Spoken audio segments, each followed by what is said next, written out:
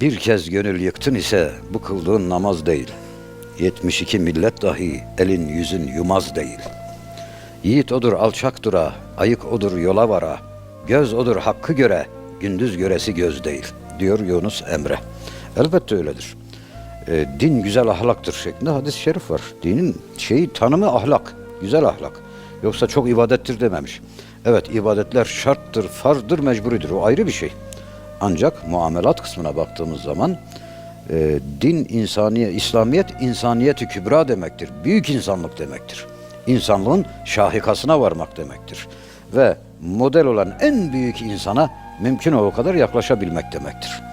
Din budur. Yoksa başkalarını incitmek, sebepsiz yere kalp kırmak, ki bunun sebebi de olmaz ya, neyse. Olsa bile Evet, olsa ibadetler boşa gidiyor demektir. O ibadetlerin Allah indinde bir makbuliyeti yoktur.